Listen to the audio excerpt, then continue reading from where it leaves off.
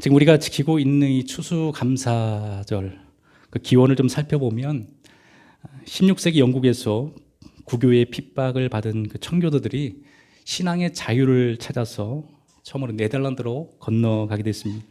그리고 다시 그들은 메이플라워를 타고 죽음의 항해를 시작한 끝에 102명의 청교도들이 1620년 11월 29일 매사추세츠 연안에 상륙을 하여서 프리머스 지역에 정착을 하게 됩니다. 첫 해 혹독한 추위로 인해서 절반이 죽게 됩니다. 그들은 그 불모지와 같은 땅에서 힘겹게 숲속에서 짐승을 잡아먹고 바다에서 조개를 잡아먹고 살았습니다.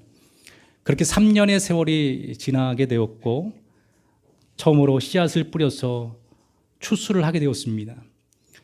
처음 추수를 하게 되어서 옥수수와 콩, 감자와 같은 것들을 추수하게 되었습니다.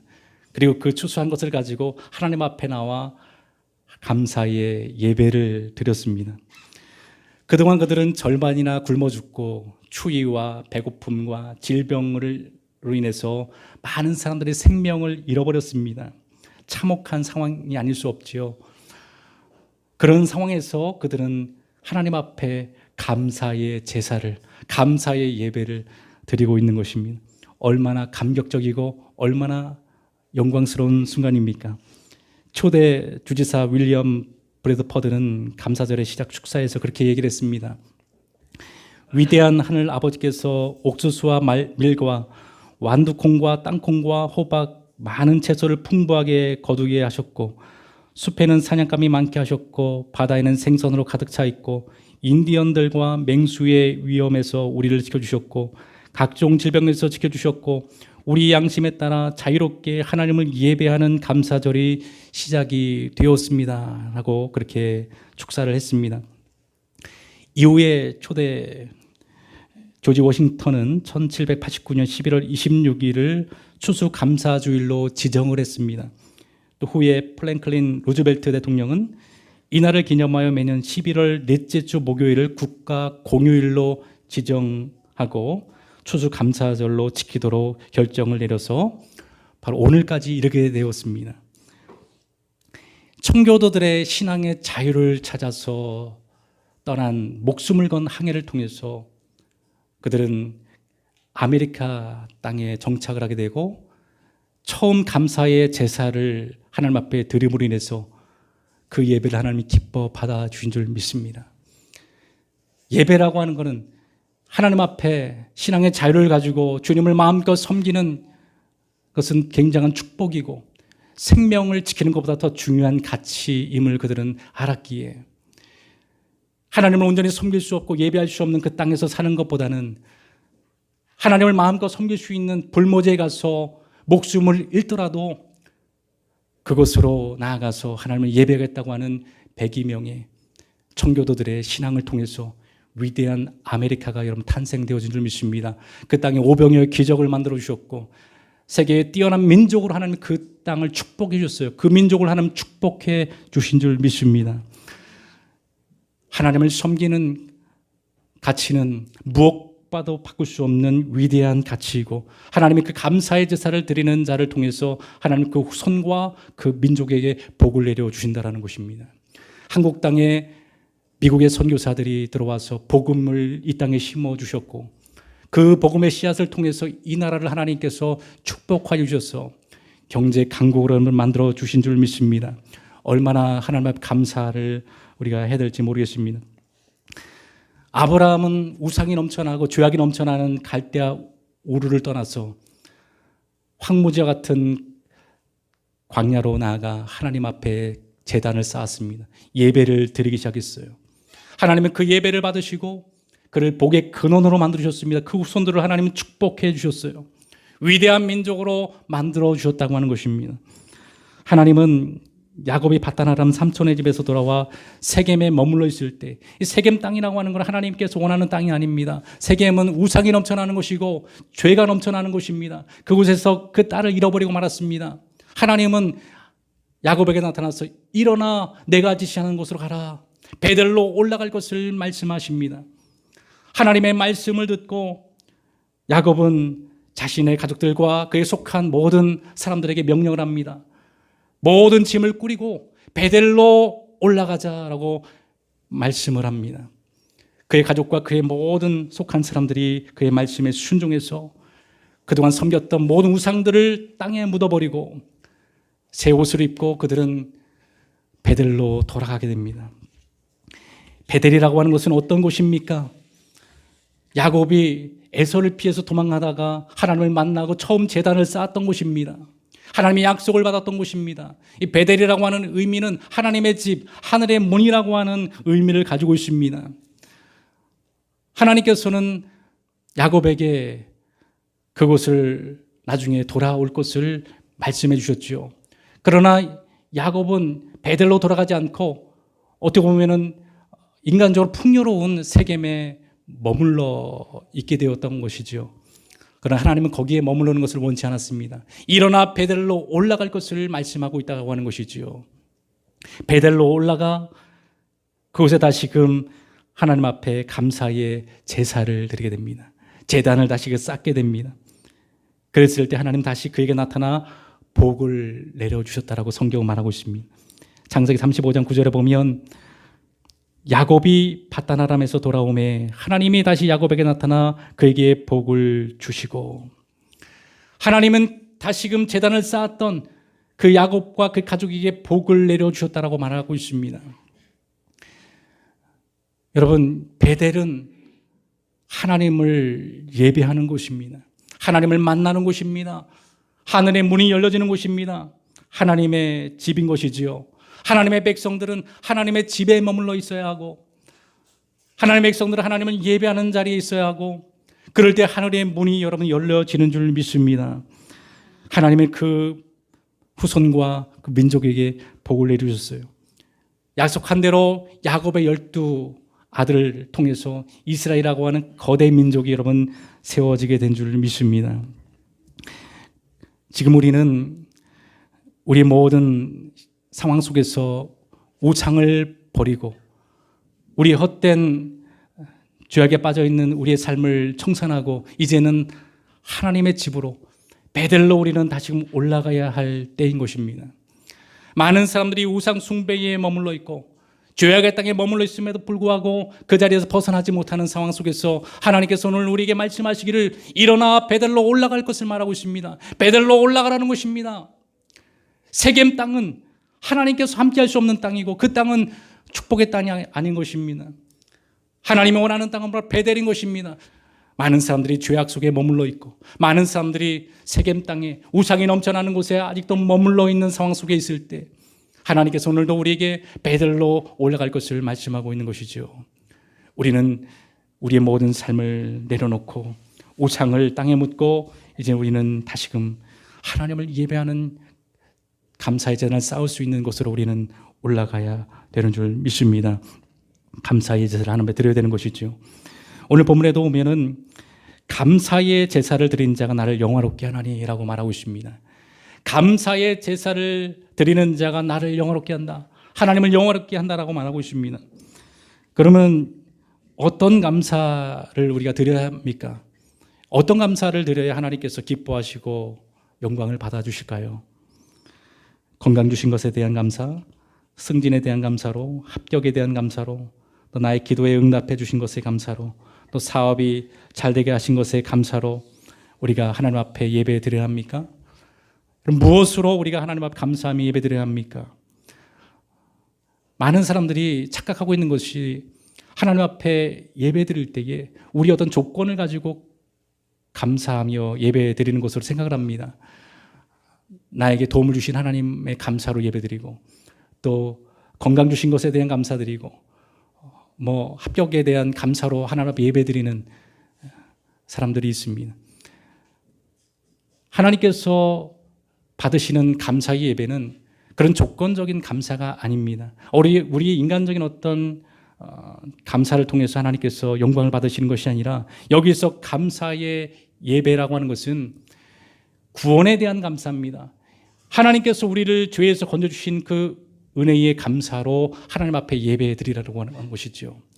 예수님께서 나의 죄를 위해서 십자가에 죽으시고 피 흘리사 나의 죄를 사해 주시고 죄와 사망에서 우리를 건져주신 그 구원의 은혜의 감사로 하나님 앞에 예배드릴 것을 말씀하고 있다고 하는 것이죠. 인간적인 감사로 하나님의 예배 드리는 것이 아닙니다. 그런 감사를 하나님 기뻐하지 않고 그런 감사를 하나님 받으시지 않는다라는 거예요. 진정한 감사의 예배라고 하는 것은 예수 십자가에 흘리신 보혈의 공로, 그 감사가 있을 때 하나님께서 그 예배를 받아주시는 것입니다. 그것이 바로 베델이 되는 것입니다. 우리는 인간적인 조건이 아닌 하나님 앞에 우리 감사를 드리는, 우리에게 무조건적으로 은혜를 베풀어 주신 십자가의 희생의 사랑을 가지고 주님 앞에 나와야 한다고 하는 것입니다. 하박국이 하나님 앞에 예배 드린 것처럼, 하나님 앞에 감사와 찬양을 드린 것처럼, 하박국이 어떤 감사 예배를 드렸습니까? 비록 무화과 나무가 무성하지 못하며 포도나무에 열매가 없으며 감람나무에 소출이 없으며 밭에 먹을 것이 없으며 우리의 양이 없으며 외양간에 소가 없을지라도 나는 여호와로 말미암아 즐거워하며 구원의 하나님으로 말미암아 기뻐하리로다. 나의 어떤 상황과 조건이 아니라 구원의 하나님으로 감사하고 구원의 하나님으로 찬송드리고 구원의 하나님으로 예배드리기를 하박국은 기뻐하고 있다고 하는 것입니다. 구원의 은혜의 감사라고 하는 것은 그 어떤 감사도 비교할 수 없는 것입니다. 하나님께서 우리에게 베푸신 구원의 은혜, 무엇보다도 바꿀 수 없는 위대한 하나님의 우리에게 주신 유산인 것이죠. 우리는 그 감사를 가지고 하나님 앞에 나와야 하는 것입니다. 근본적으로 하나님께서 받으시는 감사는 우리 어떤 조건적인 감사가 아니라 예수님께서 우리에게 베푸신 그 구원의 감사, 보혈의 피를 흘려주신 그 은혜의 감사를 가지고 주님 앞에 여러분 예배하는 자가 되어야 될 줄 믿습니다. 그 예배를 드릴 때에 하나님께서 기뻐 받으시고 영광을 받아주신다라고 말하고 있습니다. 그 예배를 통해서 하늘의 문이 열려지는 것입니다. 하늘의 문을 열고 하나님의 응답을 받는 것은 예수 그리스도께서 우리를 위해서 흘려주신 십자가의 은혜를 가지고, 십자가의 공로를 가지고 나올 때 비로소 하늘의 문이 열려지는 것입니다. 그리고 우리 예배가 응답되고 하나님의 임재가 우리 가운데 충만하게 임하게 되는 것이죠. 여러분들에게는 그 감사가 있습니까? 여러분 어떤 감사로 하나님 앞에 예배하고 있습니까? 하나님 앞에 날마다 예배드릴 때 어떤 감사로 여러분 예배드리고 있습니까? 우리의 예배 속에 지금 이 자리에 예수님의 십자가의 은혜가 여러분 있습니까? 그 은혜로 여러분 감사 예배를 드리고 있습니까?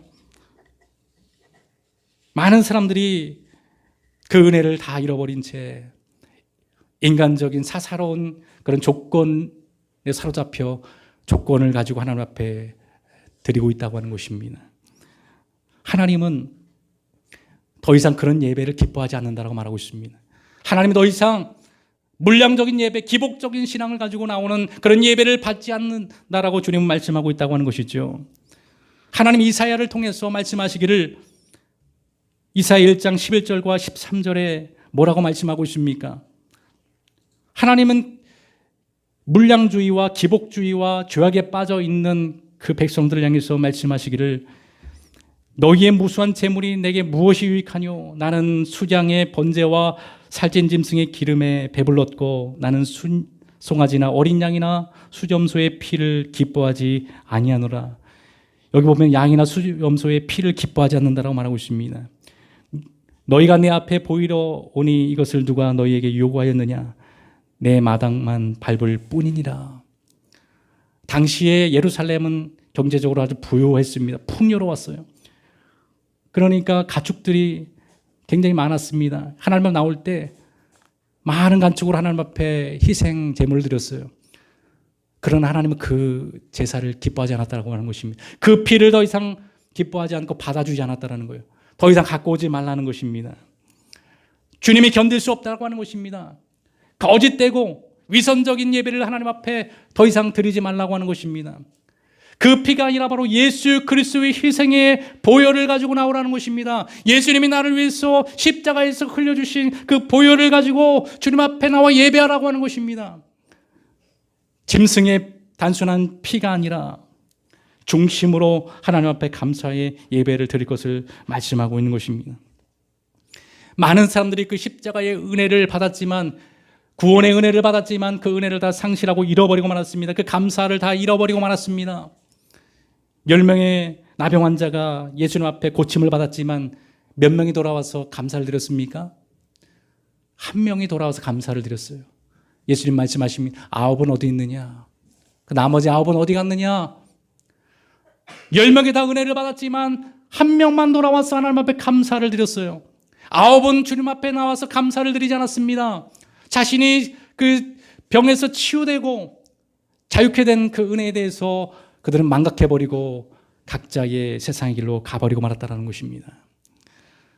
하나님은 오늘도 그 감사를 잃어버린 하나님의 백성들이 다시금 그 감사를 가지고 예수 그리스도의 희생에 대한 감사를 가지고 주님 앞에 돌아오며 주님 앞에 나와 다시 감사의 제사를 드리기를 기뻐하고 원하고 있는 것입니다. 신앙의 자유를 찾아서 목숨을 건 항해 끝에 아메리카 대륙에 도착한 그들이 간절히 원하고 바랬던 것은 다른 것이 아니었습니다.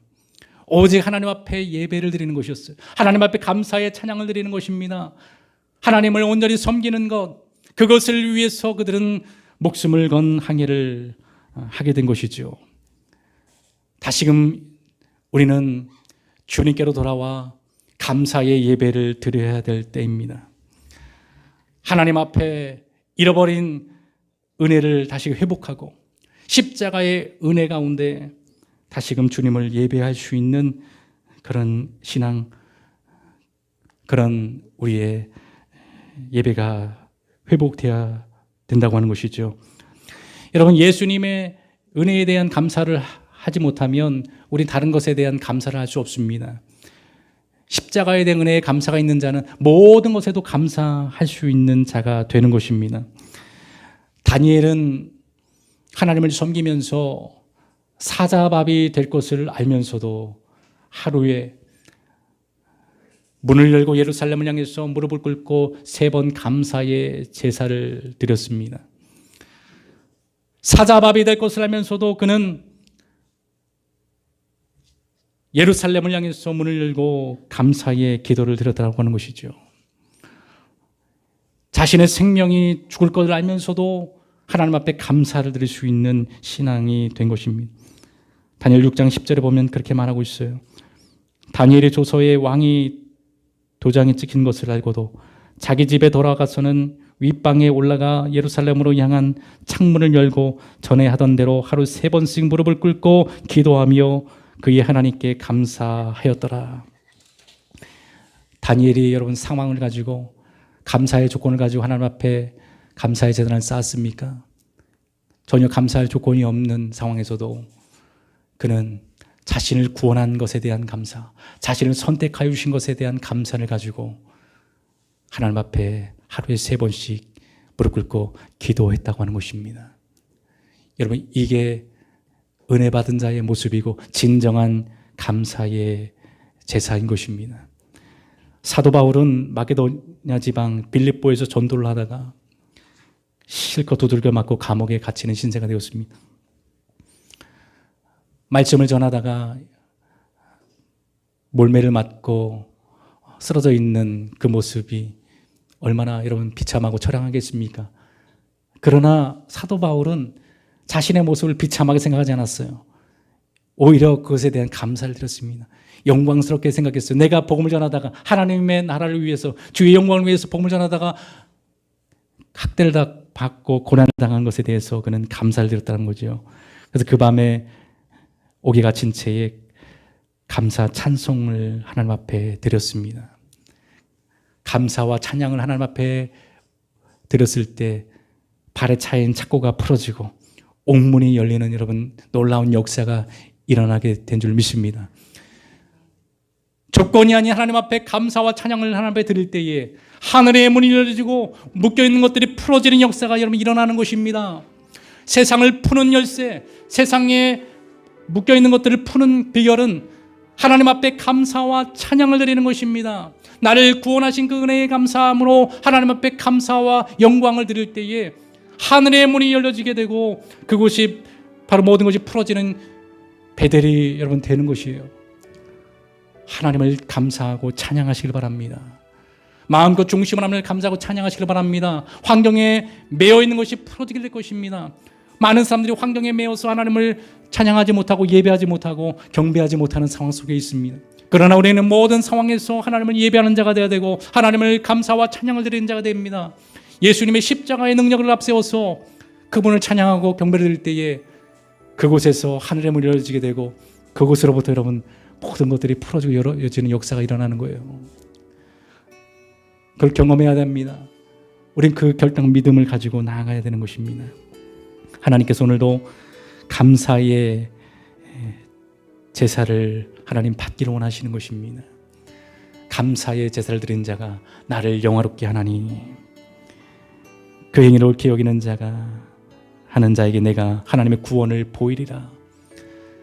다시금 잃어버린 십자가의 감사를 회복해서 그 감사로 하나님 앞에 감사의 예배를 드리는 저 여러분을 되어서 이곳이 하늘의 문이 열려지는 베델이 되길 원하고 여러분의 삶에 하늘의 문이 열려지는 놀라운 축복이 여러분 임하기를 주의 이름으로 축원합니다.